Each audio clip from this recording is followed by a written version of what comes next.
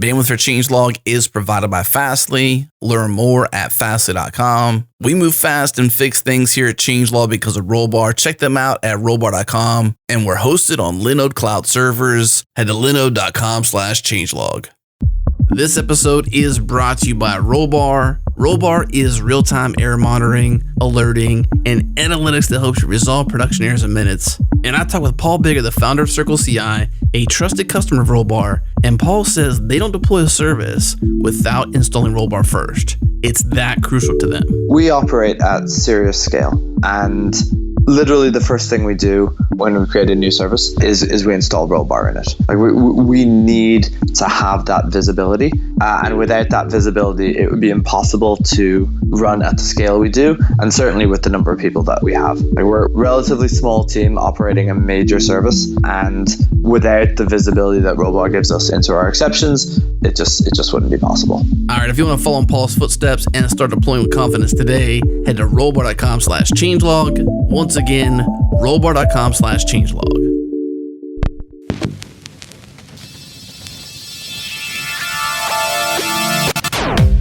Welcome to JS Party, a weekly celebration of JavaScript and the web. Tune in live on Thursdays at 1 p.m. Eastern, 10 a.m. Pacific at changelog.com/live. Join the community and Slack with us in real time during the show at changelog.com/community. Follow us on Twitter. We're at JSPartyFM.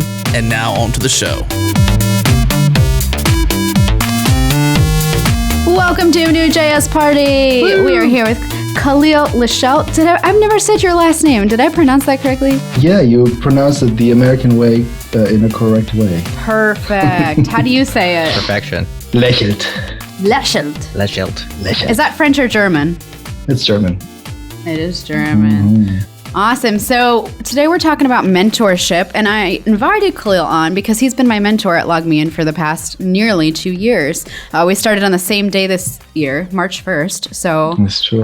This year, what am I saying? 2 years ago almost. And so, yeah, we're talking about mentorship, which is it's a topic that is widely recognized as being controversial is not the right word.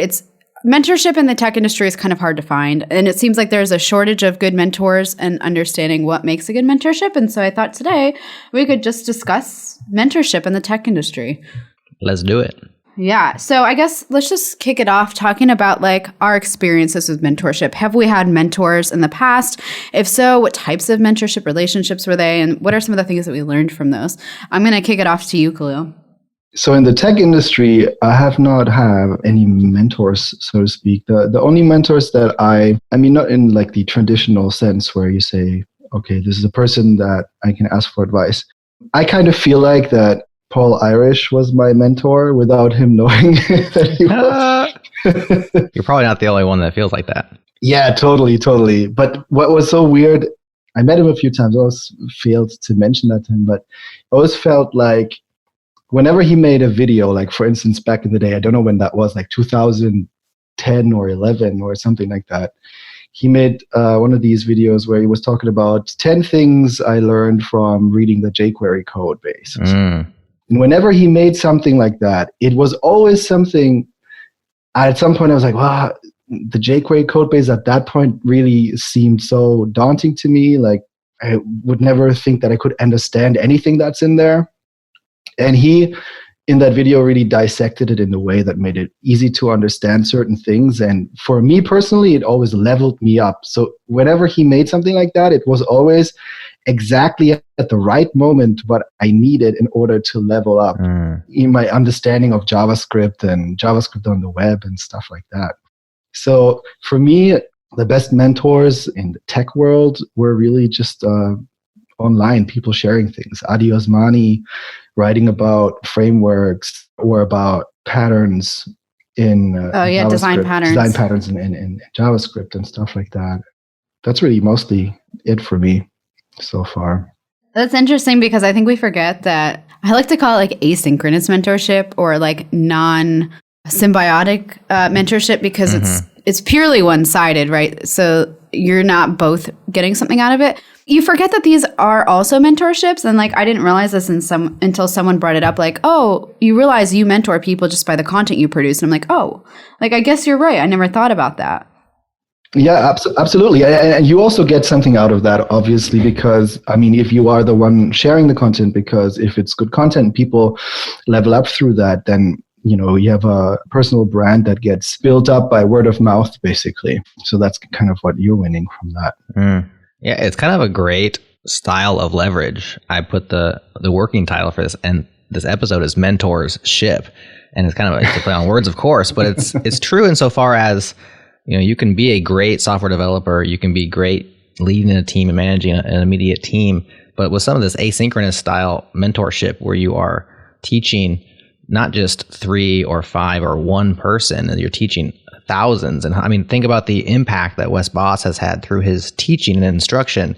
Really, he's shipping so much more in that way than he is on his own. That being said, I think when we think about traditional mentorship, it is more of a two-way thing. Like, it's like we sit in a room, we talk, or we have phone calls. And I think that's what a lot of us are lacking, because all we have is that asynchronous one way. I'm learning from this person that I've never met before.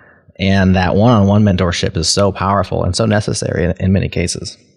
Yeah, definitely. All of my experience with mentorship have been like not official, but in person, I would say. Although, I had one technical mentor at IBM when I worked, and the way that I asked him to mentor me was I was doing like this Feducation boot camp. So it was a workshop for front-end developers. It was like a hackathon kind of thing. You say Feducation? Feducation, yeah, like front-end development education, yeah. Okay. And it was basically like the first 3 days, I think we're learning all about like web performance and, you know, JavaScript frameworks. Like it was like a boot camp for front-end development. And at the end, you did like a hackathon project, and he was one of the instructors. And so I just simply asked him, I was like, do you accept mentees? Because like, I like the way you teach, and would you teach me? So like, if anyone's looking for a mentor, just be honest. Like, you have nothing to lose just by asking someone to be your mentor. And we can talk a little bit about like how to do that appropriately and what a good mentorship is in a minute. But so like, he was a technical mentor, and like we had a project that we were working on. I really wanted to redo my portfolio. And so like every week we'd have milestones. So I wanted to learn about Express and Node. And we set up some routing, and like every week we'd have a technical milestone, and like I'd have like projects to do on my own time, and we'd do code reviews. So that was really great. And then at Log Me In with you, Kahlil, like it was more like a career-based mentorship, and they're both so valuable in their own ways. But I do find technical mentorships maybe a little bit harder to get right for me personally. With technical mentorships, I think there's so many good options to just say, hey, work through this Wes Boss course or something like that, or the Casey Dodds, whatever course, in order to learn these technologies that you need. And then you can always talk about it after or something like that, because I think these courses that are so, so many of them available that are really, really, really good. They are almost like the best base for technical mentorship, I think. And then going from there, you can discuss all kinds of stuff or just clarify things and stuff like that. I've noticed that often people just have trouble understanding like a path to learning skills. So I get a lot of messages that are like, can you mentor me in front-end development? Like, I want to learn, A, B, and C, but I just have no idea where to start. And I think a lot of the struggle for new developers is like, where do I begin? Do I go front-end or back-end? What's even the difference? Because when you're trying to learn development is really the most crucial part, I think, of needing like guidance on what to learn, because you're just so overwhelmed. Like, I mean, to try to balance learning HTML, CSS, JavaScript, React, Vue, like all these things, and you don't know where to start, that's really hard. And I think we need to, as if you're a mentor for a new developer, I think guidance is the best thing you can do for them, not necessarily sitting down and, you might want to like whiteboard or do code reviews, but I think just helping them understand the right path for them is really useful. So what is a mentor exactly? So, now you're asking the questions. I like it. So to me, I think a mentor is a mentorship is a relationship a professional relationship between two people where you have a mentee who is typically the one looking to gain knowledge and experience, and the mentor who is sharing their knowledge and experience. But I think an important caveat is that they should be bi-directional, right? Like, as a mentor, you should also be learning from your mentee. And you can do that just by explaining things to people, using analogies, or just learning to explain these low-level concepts, at a high level. And we kind of forget that, like, as mentors, you can also be learning from your mentees, right? Mm-hmm. Yeah. So that's my interpretation of it. But I don't know. What do you think? I've never had a formal mentorship, but that being said, I have had mentors, and I can look back and say this person dedicated time and resources to me when I was younger and less experienced, and wisdom that they had gained via experience and their own life, and have given me gems that I've taken forward and try to pass on as well. Like, I've had that for sure, and I can name names on that, but I've never had like a formal technical mentorship. It's been more like life and business mentorship. So it's harder for me to define it in like a professional technical term, but absolutely this relationship where you have one person who is really removing barriers to progress and the person who is presenting the barriers in front of them, because that's a lot of what we have in our industry. Is I have this goal in mind, whatever that goal happens to be, and I don't necessarily know how to get to where I'm trying to go, or I'm down that path a ways and I'm stuck. And the mentor, I think, lots of times is just removing that one little barrier, or like you said, Emma, sometimes it's where do I start? Well, you're getting them started and then letting them go on their own and then regrouping. And I've kind of bounced back and forth on technical teaching and mentoring in terms of removing barriers, because when I was less experienced, I wasted a whole lot of time with like very minute technical barriers to progress. And I thought, if I just had somebody to just help me with this one thing, of course, we turn to Stack Overflow, we turn to Google. But a lot of times those are insufficient, or it doesn't work in your circumstance, or whatever it is. Get your question removed from Stack Overflow. And I thought, if I had somebody to be that, take that roadblock out of the way person, I would have learned so much faster. And so I've tried to be that for other people. That being said, when I played the role of removing the barrier, oftentimes it almost makes it that too easy. And it's like, was there value in me having to figure my own way through that? And so I've kind of gone back and forth on like, should a mentor or a teacher be solving those minute problems on their mentee's behalf, or should they just be giving like general guidance? I don't know. I don't know the answer. I don't know if they should necessarily give them the answer. I this is my personal opinion, obviously, but I think the best way to help people learn is just to know how to ask the right questions, like know how to lead them to the right answer as opposed to just giving it to them. So if someone's stuck on debugging a problem, for example, ask them, what have you tried so far? Why didn't these work? What other alternatives do we have? And if you clearly can see the answer, maybe just try to guide them to, like, with questions to understanding, like just breaking it down. Because I feel like half the time you're struggling with a technical problem, you just are overwhelmed. You don't know where to start. And by, breaking that down, maybe that's all they needed in order to help solve that. Mm-hmm. I also think one really important role of a mentor is to kind of give perspective, because I think that many people who are starting out, they may think, this whole thing where you think you're not good enough or whatever kicks in. Well, imposter syndrome. Imposter syndrome, exactly. And basically, many of the problems that you're facing as a junior developer, you still have as a senior, or even further up. Just normal problems that you encounter, you just learn how to deal with them and to solve them and stuff like that. And I think that is really important to hear for people starting out. So giving a little bit of a perspective. I'm curious what your two's relationship was with regard to mentorship, because Kahlil, you're here because you had that, you played that role for Emma, and you guys were set up. I don't know exactly how that went down. Was it a formal thing? Were you assigned? Did you just say, hey, I'll help you out? I'm curious what that relationship was like and what you all did, because she speaks very highly of that.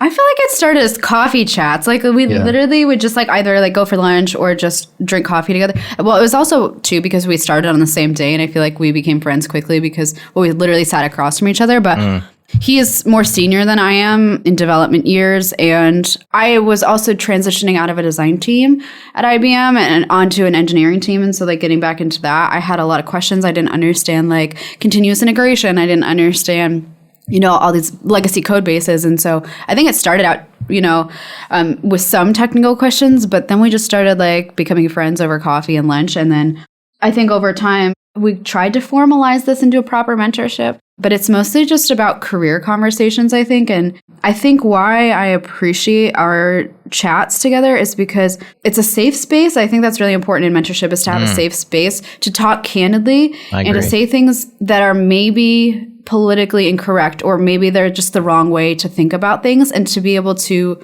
essentially be called out on those things, but in a safe way. We've had a lot of those, because when I started at LogMeIn, I was not on Twitter. Kahlil encouraged me to get on Twitter. He's actually the reason I am here today. That's right. Yeah, he is. Go follow him. She had 200 people following her. I did. A year ago, I had 200 followers, and now I'm at 75, which is disgusting. 75 followers? No, 75,000. 1,000. Put the order of magnitude there. So he is the reason for my success, and I will always speak highly of him. But I think, he got to see how quickly that happened and the impact that had on me, because until that happened, I was very ignorant and privileged in ways I didn't understand. And so he's really helped guide me from a career perspective and also a human perspective on how to be more open-minded. So that's the long story from my end. I don't know. What's your story? Yeah, I mean, we started on the first day, and on the same day, and we, from my perspective, was the same thing. Like, we basically just became friends, started chatting about work and stuff like that, and you started to talk about how you would like to blog more or start blogging or something like that. And I think eventually you would have most likely gotten there by yourself, but I think that a few of the things that I told you kind of pointed you in the right direction, where to run basically in order to get your blogs out and where to put them. Because we were talking about, I think you found Medium, you started posting Medium blog posts about technical stuff that you learn and stuff. And I'm totally into that. Like, I love blogging, and I think that it's a really good thing for a developer to blog a lot and blog about what you learn and put that online, share that with everybody, because it's good for you, because it gives you something outside of your company. It gives you leverage for finding a better position at some point, right? If you do it well and if you do it frequently, it gives you leverage that you create by yourself. You don't need a company to give you that or give you a new position or a promotion or anything like that. It creates leverage. You can go into, like, it creates opportunities because other people can see you, can try to hire you, or you can say, I create all this stuff online, all this value. You can maybe have leverage in discussions internally as well in your company. So I think in general, it's good to, as a developer, have like a focused blog on development and stuff like that. And when I saw that she was interested in it, I was like just talking to her about it all the time and sharing my ideas, where I'm not blogging as much because I have a family and I don't really have all that time anymore. But if I had the time, I would do all that. But I've been thinking about it a lot, because been following certain like sources online and certain people who talk about that a lot, and made me think about it a lot. And I feel like the internet is one of these huge opportunities, because it just, self-publishing, self-promotion, like putting your brand out there, putting your blog out there, it just removes the middleman. There's no gateway that you need to go through. You just create your own blog and you post at your own merit, and you just put stuff out. And if you do it continuously and focused, then it will get you somewhere. And so she started blogging on Medium, and I was super excited. I saw that people were sharing her post on Twitter, and I was wondering, why is she not mentioned? Why is there no @mentioned Emma? And then I didn't find her Twitter, and I was like, Emma, why are you not on Twitter? People are sharing it there. There's a big community on there. You should just get on Twitter. And then she said, yeah, I have this Twitter account from high school. There are 200 people following me. And I said, okay, well, make it a tech Twitter account. Put under that you are a developer, you're Emma, and then link it with your Medium and get it out. And then all this craziness happened because she was so prolific at putting out blog posts that were useful, I think, especially for people who were starting out as well. There was like early career advice, and I think like a React tutorial and stuff like that. And she just kept it coming. And then she started also, and something that I really like to note is, like, we had a conversation about that it's important to continuously post. So on your blogs, but also on your Twitter, if you want to really make it work for yourself, post every day, make it about tech, retweet cool stuff, get into conversations with people that you maybe admire, that you follow and stuff like that, and get into these conversations. And she did a really good job at kind of editorializing her Twitter account, where she was posting like jokes about like techie jokes, like developer jokes and stuff like that, and interesting posts, her own blog posts and stuff like that. That's something that she should just did by herself. And I think that worked incredibly well, because I think one of these jokes was retweeted by somebody with tons of followers, and everybody just started following her and piling on and stuff like that. So I was super excited to follow this explosion kind of on Twitter, and because I've been sharing these thoughts with lots of people, but Emma's kind of the first one who really like took it on and made it her own and used them, and I'm super proud with what happened. This was really cool to see, and of course, with all this attention, there were also some downsides coming with all this attention on Twitter, and now dealing with all these people coming and asking questions and wanting stuff from her. And so we had conversations about all these things, and the hard things. You were good at keeping me in line and rubber ducking things when I needed it. So yeah, I appreciate that. And we're going to jump into a quick break here, but I just, when we come back, we're going to talk about some things that make a good mentorship and some things that maybe could hinder your mentorships, and then talk about how you can find a mentor in the tech industry.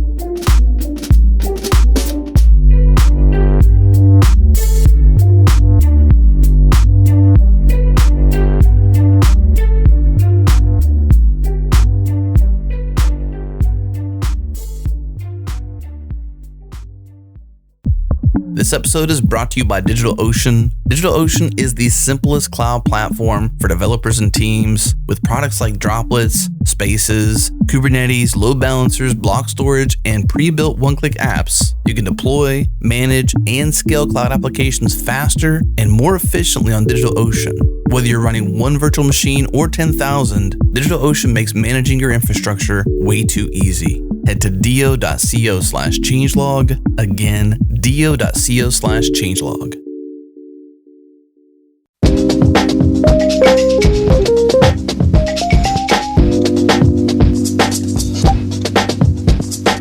All right, so let's talk a little bit about what actually makes a good mentorship. So, Kahlil, from our mentorship, what do you think are some of the characteristics about it that has made it so successful? I think you already said it. Basically, it was just being candid and open and having a safe space to talk and just share whatever we can, to improve the situation. Or there's also something that I dug out of that part that I think I should highlight, just hearing about how y'all got along and how it all went. It sounds like what happened, it seems very basic or obvious, but I'll just say it, the quiet part out loud is that the mentee here, which was Emma, she took your advice and she executed on it. Yeah. And that can be rare. And that's definitely something that makes a good mentor-mentorship relationship, right? Exactly. It sounds like an obvious thing, but the mentor has a lot to offer. That's why that person's the mentor. To be honest, whenever I told her something where I thought, okay, this is a nugget, this is a gold thing, if she does that, there's going to be some stuff going on. In the moment, Emma was always like processing. I could see she was processing, but I always had the feeling, she's not going to do it, And then she came back like the other day and said, okay, I set up this blog. Oh, and what she also did, for instance, is on Medium, I told her about publications. Back in the day, that was a thing. You could create your own publication, even with your own URL. And I was like, yeah, make your own publication, like put a URL there. So you can always link everybody to your blog post. But instead, what she did is she checked out publications and saw that there's other publications out there that have a lot bigger audiences, and you can kind of pitch your blog post there, and did that a bunch of times. And then those blog posts, they were happy to take it because there's not a lot of people doing that, I guess. I don't know. And also, of course, they were great blog posts. Right. I think it's pretty easy to get into those publications. And then through that, she had a huge reach and also blew up. That also helped to blow up her thing. And it's something that, I don't know, Emma took some of these tips and just really dug into it and made it really her own. And executed in a great way. And I think it's a really great point, is that the execution, but it also needs a good match, because at the end of the day, she was also somebody who just needed those specific tips that I was also constantly thinking about, So the match was just by chance was really good, because there's of course some people that maybe want to have that leverage that a blog could get you, but they're not interested in blogging, for instance. And then you can give them those tips all you want, but they're not going to do it because it's just not their thing, which is also completely fine, but there's not a good match.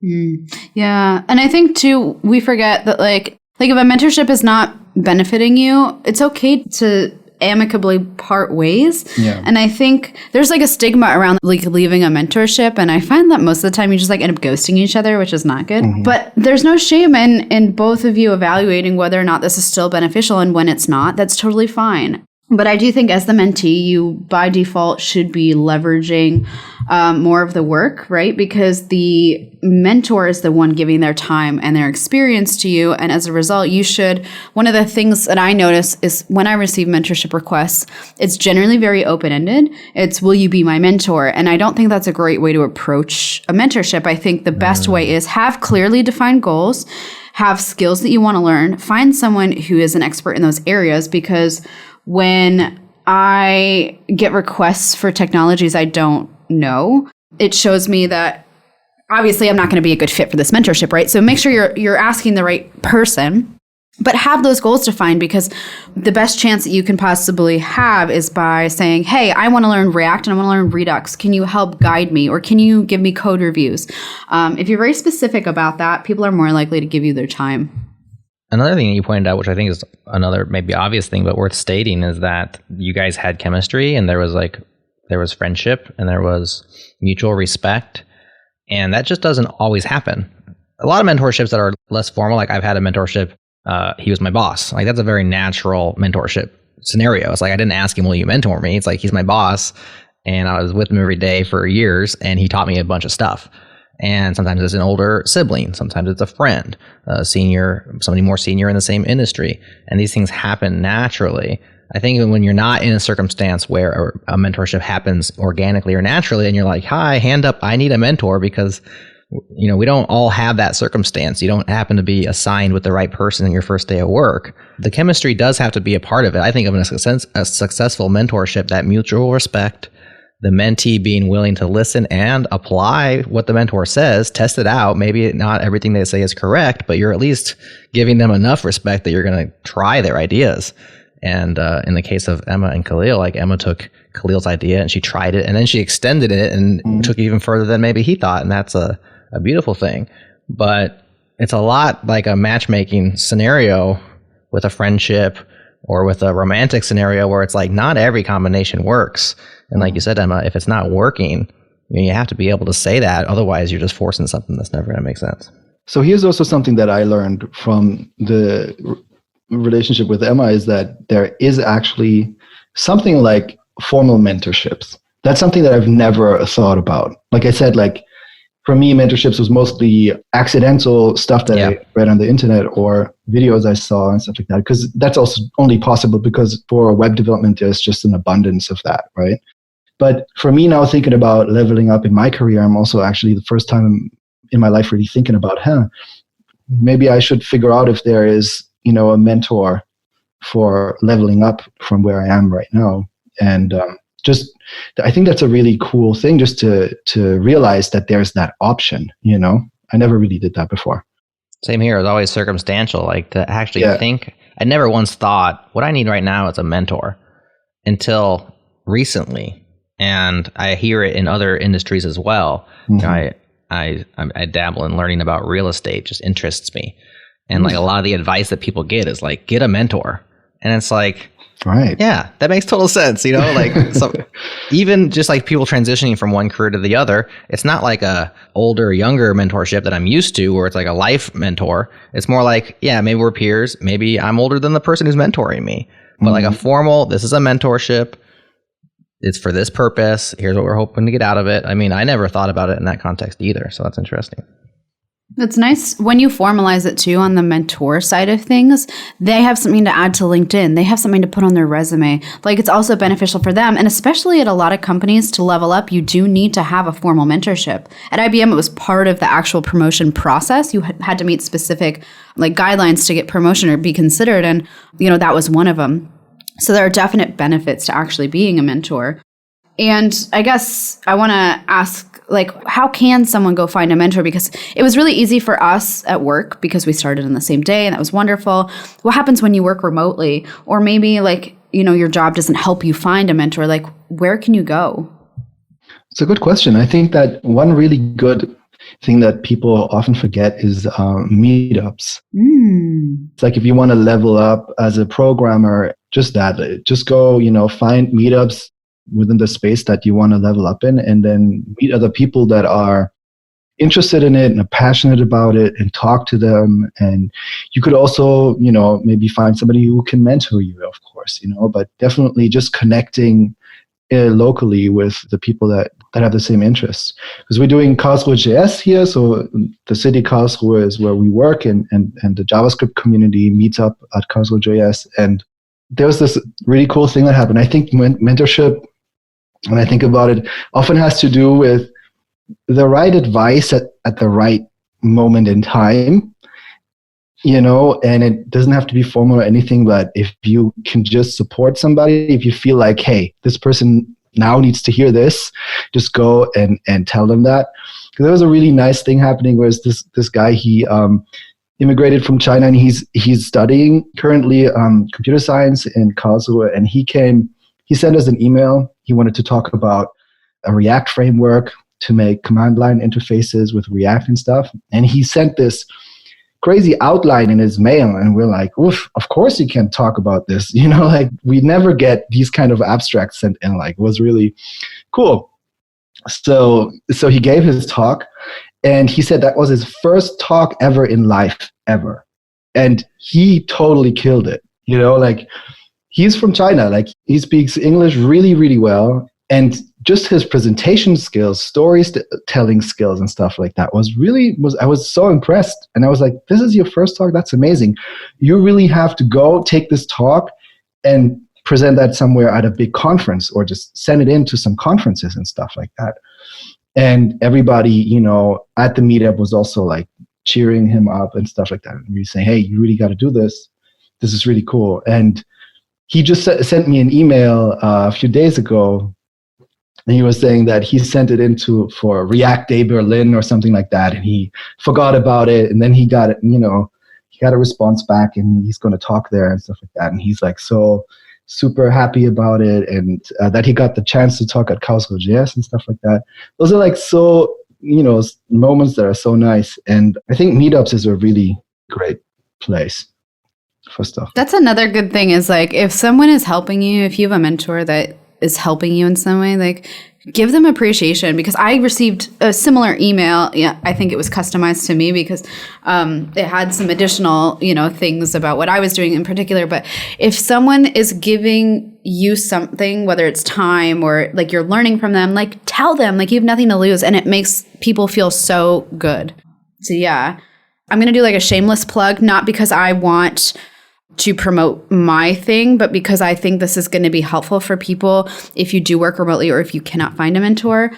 I noticed this issue a year ago, and I asked the Twitterverse, and the Twitterverse spoke that a mentor website. The Twitterverse spoke. I like that. Like having a website for free mentorship would be beneficial. So a year ago, I started an open source project.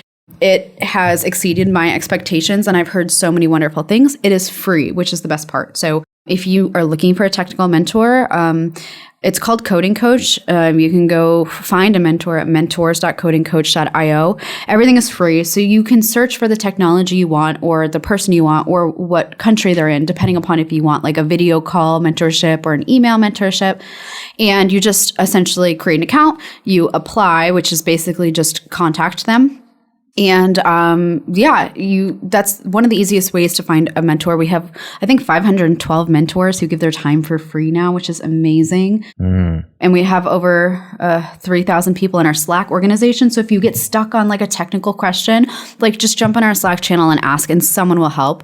So if you're struggling, check out the show notes. Like, we'll add it in there. It's not for shameless promotion. I genuinely want to help people, and I can see that we have helped people. So if you're struggling, check it out. That's awesome. Absolutely. Especially the free aspect when it comes to accessibility, just the availability of it to anybody despite their current financial life circumstance, have access to that is an amazing thing. Mm. What do those mentorships look like? Is it up to the people, like how it actually looks and works? Because it's a formal thing. All my mentorships have been informal. So I don't know, like, is there guidelines of like, well, here's how it works. There's a once a week meeting. We have a Zoom call, or is it all like emails? I'm just curious how a formal mentorship looks like. We don't have like hard and fast rules, because I think it's important to let the mentorship have a flexibility. We do have a Google Doc that I've been meaning to turn in like a free ebook or a free PDF of like guidelines, but we have mentorship guidelines. So as a mentee, what are the things that are expected of you to be a good mentee? As a mentor, what are the things that you should do? How to actually end a mentorship but not burn bridges. So we'll link that in the show notes as well, because we have put that together from people in the community. And, there are other like initiatives that we want to employ as well. We do have a very strict code of conduct. So we want to make sure that our mentorship system is not being abused in any way. We want to make sure everyone's comfortable. But yeah, we just generally leave it open because everyone's different and everyone's going to have different requirements, whether that's, they can only meet, once a month or maybe even chat over email. So we'll link all that in the show notes. But yeah, I think having read through the guidelines if you're kind of unsure how to approach this. So what's happening with Coding Code? What direction is it going in? Because I think it took different kinds of forms. So I have a core team of I have two wonderful engineering leads, Mosh Fu and Chris Valvilla, and one works at Wix as an engineer and one works at InVision as an engineer, which is super cool. Cool.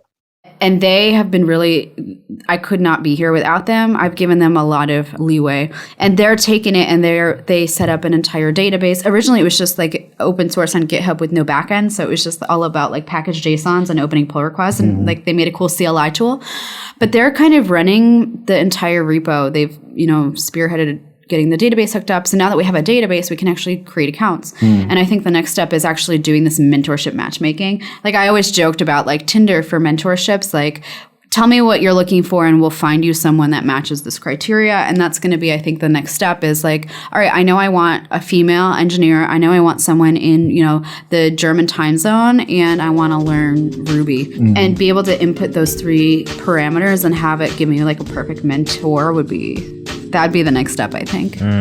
That sounds really cool. Let's take one more break. And when we come back, let's just talk about maybe some cool things that we're learning.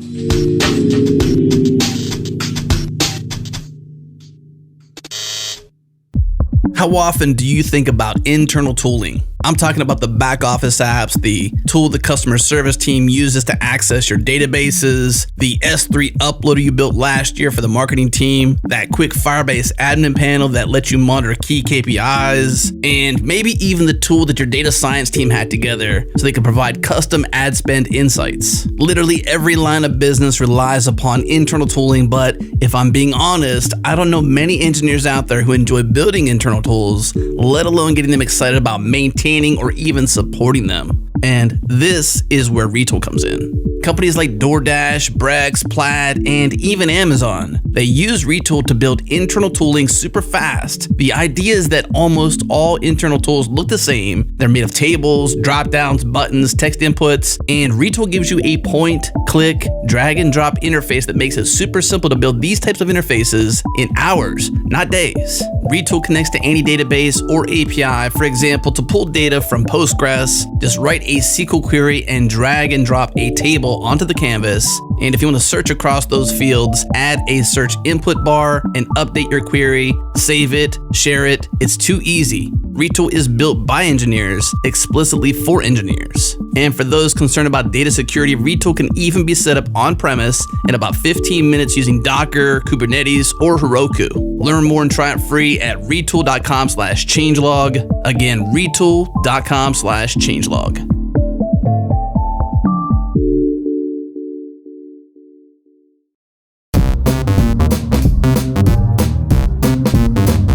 All right, so before we talk about some of the cool things we're learning, I'm gonna kick it over to Kahlil to just talk about when is the right time to end a mentorship. Like, how do you know when the time has come to like gracefully part ways?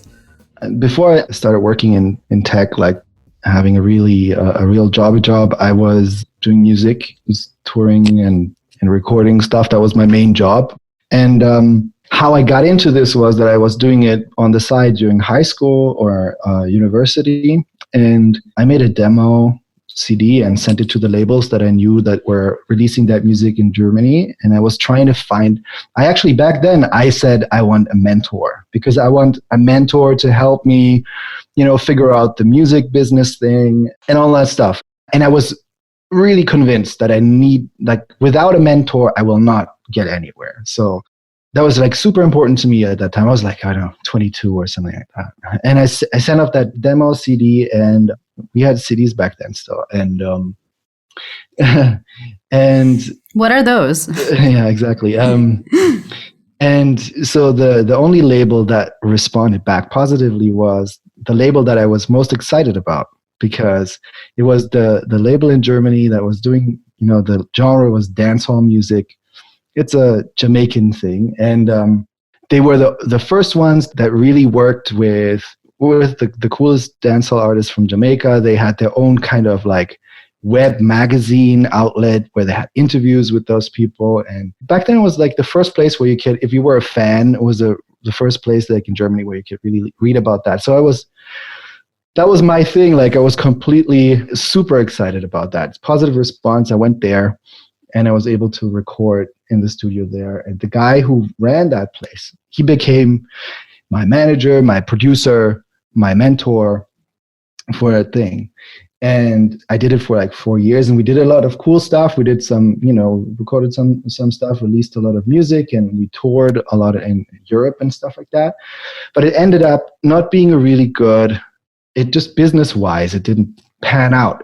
But I learned later on that mistakes that were made had a lot to do with my mentor not really knowing, or not really being a good businessman, not really understanding the music business as well as he should have.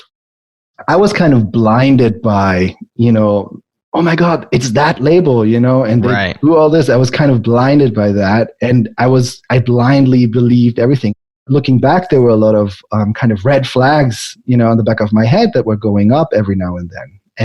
But I just completely ignored them. And I think my lesson from that is it's important to never tell myself that I definitely need a mentor to get ahead. That's the only way to get ahead. I think that's the wrong message, for yourself. That's kind of what I learned from that, because there were a lot of things where I felt like I didn't agree with what was done, or decisions were made, or decisions in the studio that were made, that now looking back, I know those were the wrong decisions and I was the one who was right, and it also means believing yourself a little more. So I think that's also something that's really important. That's really, you have to have a basic belief in yourself and your gut. You need to trust your gut a little bit. And then it's easier to get out of a bad mentorship situation, because if it's your superstar developer that being mentored by, and there's some, it's important to not be blinded by that, and just make sure that it's a healthy relationship, and that you're really learning the right things, and that you don't have any red flags going up in your head and the back of your head and stuff like that. I think that's important. That's something that I took from that relationship past. Sounds like hard-learned advice that we would all do well to pay heed to. Definitely. I feel like you need to listen to your gut. If you're not fully comfortable, or something feels off, it probably is. And yeah, I think that's interesting to think that just because someone is well known, that they have a lot of followers, you just automatically assume that they're going to be a great mentor. And it's You need to also understand how to be a great teacher and a great communicator, and some people just aren't. I had a professor in college who was on paper one of the smartest people you would ever meet. And unfortunately, he just didn't understand how to teach. And so you can't look at someone's credentials and just assume that they're going to be a great teacher for you, for your learning style. So it's always important to reevaluate. Yeah. Amen. Interestingly, the person who made me realize how deep I was actually back then was my wife, who really, in many ways, became a mentor to me in many things. Like when it comes to business, when it comes to writing, she's a really good writer. I'm learning a lot from her. So big shout out to my wife. Yeah. Shout out to Kahlil's wife. And I think shout out to having a relationship, a trusted third party that can often spot a toxic relationship better than the people inside that relationship, because you're in the fog of war, so to speak, right? Like you're too close to the problem and there are red flags, but because of the compromised position of you've asked this person for help and you are a junior to them maybe, or, they're famous or they're respected, all these different things, you give them benefits of the doubt that, like Emma said, trust your gut, but sometimes you just don't trust your gut. Having your wife there to help you and say, hey, this is not healthy, is hugely valuable. So exactly. Absolutely. I think that felt like a really nice closing to this entire mentorship conversation, but we're not done yet, because I want to talk very quickly.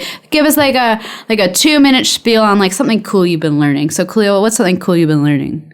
So I think one of the coolest things is related to design systems and how you can implement them, or how you can implement the rules of a design system with React components and component libraries. And I do really like this Chakra UI kind of, I don't know how to call it. It's a component library, but it's also kind of like a baseline for your own component library. It implements all these cool little patterns where basically for instance, there's the stack component where you can, if you have in your UI for your application, you want to stack some stuff. Basically, you can just tell that you have that stack component and you give it some children that you want to stack on top of each other. On the stack at the top, so you give the stack component a prop where you tell the stack component, I want some spacing here. I want spacing 2 or 3, which means it's a multiple of that's the multiple of 4 pixels, I think is the default in this case, which is often used in this design systems. And it makes sure that it gives you, so it just renders it so that you have an even spacing everywhere, and you never have to worry about removing a margin at the bottom or adding one or in between the things that you stack. It just takes care of all these things. And in the application that we're building at LogMeIn, we're using this. We've been using this for a little while now, and it basically made us so productive in writing UI, and we're barely writing any CSS because it's just more kind of declarative. It gives you opportunity to just take these components and pass it some props and make it so that it spaces nicely, and then you can put your styling, your theme on top of that. And that's something that for me is kind of really, it's a level up from what I've seen so far before. I really got into that also through Emma's work about design systems and her writing about it. I got into that a little more, and we're really using it in our application now. And it's very interesting. There's some really cool stuff happening in that space right now. Yeah, and for sure. And we just did an episode about component libraries and design systems. It was episode 102. So if you haven't listened to that, go check it out. And we'll link Chakra UI down in the show notes. I haven't had a chance to look into it yet. Maybe I shouldn't say that because I guess I'm supposed to be working with you on building it. But I will get there. Yeah, something I'm learning. I guess this also kind of relates to design systems because motion is part of design systems, motion and animation. I've been learning about React Spring because next year I'm going to do some conference talks about micro animations, micro interactions, and how we can use them to enhance perceived performance for wait times. It's really good for user experience, and React Spring is an incredible library, and I want to give a shout out to Scott Tolsinski. I can't say his last name. I apologize. From Level Up Tutorials, and I've been taking his course on React Spring, and I am totally in love with it. So if you're looking for an animation library that's physics-based, by the way, it's physics-based, not timeline keyframe based. Go check it out. We'll link that as well. Jared, what about you? Have you learned anything fun in the last several months? Goodness gracious. So I have been knee deep in Adobe software products the last few months, which is like, is that exciting? Is that new? Is that interesting? I wouldn't use any of those words. That being said, I mean, I've been doing a lot more audio editing. I've been doing a lot more, I'm learning After Effects. So I find myself on YouTube looking for mentors. Trying to figure out how to do like the most basic things and get things done. So it's been a departure from me from coding all day, every day, to trying to do like creative things with and related to code. So I haven't learned any new like software things. That one concept I came across recently, which I thought is interesting, I would like to apply in my work and my life, is this idea of the Moscow method, which is really a prioritization framework. So when it comes to like how to pick what to do next, sometimes that's a huge issue. And I know that for me specifically these days, I have 1,000 little things to do, more so than like one big thing. And so prioritization is a struggle. Like, what is the most important thing right now? So there's this blog post from Browser London, which I'll link up, called The Power of the Moscow Method, which is basically a prioritization framework. It kind of like lives in the agile planning, kind of weird, project management-y space. But I take all these things and apply them personally and see how they work out. So the idea with Moscow is basically, it's a weird backronym for must, should, could, and won't. And so the idea is you just like create these buckets for yourself: the must bucket, the should, the could, and the won't. And that's Moscow if you like squint at it. And then you take all of your tasks or your stories or your what have yous, the things that you're trying to accomplish. And it's just a way of like really quickly like bucketing each thing. And you can do it on Trello board. You can do it however you're doing it. You could do it on a piece of paper if you'd like to. And it just helps you quickly prioritize what you're going to do next, what really matters. And you can just compare them side by side. Seems like it's useful. Started to do that a little bit. It seems like it's pretty good. So I've been trying that as well. I wouldn't say I've been learning too much, but yeah, After Effects. Is that exciting? I think it is. I've always wanted to learn After Effects. Do you? Is it hard? For me, it is. Audition was easier to understand because I think like just a simple audio, editing and stuff is easier. With After Effects, you're compositing different things, video, audio, words across the screen, how they move. And for coming from a software background, it feels very manual and tedious. I feel like if I was better at it, I would have like templates and like it's not dry. It feels very wet. And so I think maybe that's just my inexperience, because I think that people who are expert at these things can like crank out animations and stuff. But for me, it's like very tedious at the moment. But it's a challenge. I think there is a library by, I think, Airbnb. I don't remember the name. Lottie. Is it that? It works with After Effects to animate things. Yeah, you can really? You take your After Effects animation and it makes a web animation out of it. Yes, Lottie. I want to go the other way. I want to make a web animation and create it and turn it into a, well, I guess I could just take a video of it. Anyways. Lottie is super duper cool. I recommend checking it out. The problem is I didn't know After Effects. I'm curious, Jared, where did you learn it? YouTube. Okay, cool. Yeah, I mean, saying where did you learn it assumes a few things about me. Like I've actually learned it, which I haven't. Like I'm still like dorking around. I'm trying to create like shareable snippets of our shows and stuff like that, and make them a little stickier than the ones that I can produce quickly in like web apps. And so I'm learning it as I go. But yeah, I've just turned to YouTube specifically because it's free and quick, and it's goal oriented. Like I can say, how do I do captions in After Effects? And there's a video on that. Probably not the best way to learn it, but that's what I've been doing. Nice. Awesome. Well, I want to thank you, Kahlil, for joining us today. It was really nice to have you on. Thanks for having me. And thanks for also your input too, Jared.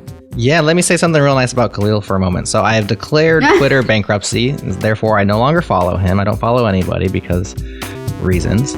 But if you follow Emma, you're a fan of Emma, which 75,000 people do, so high likelihood.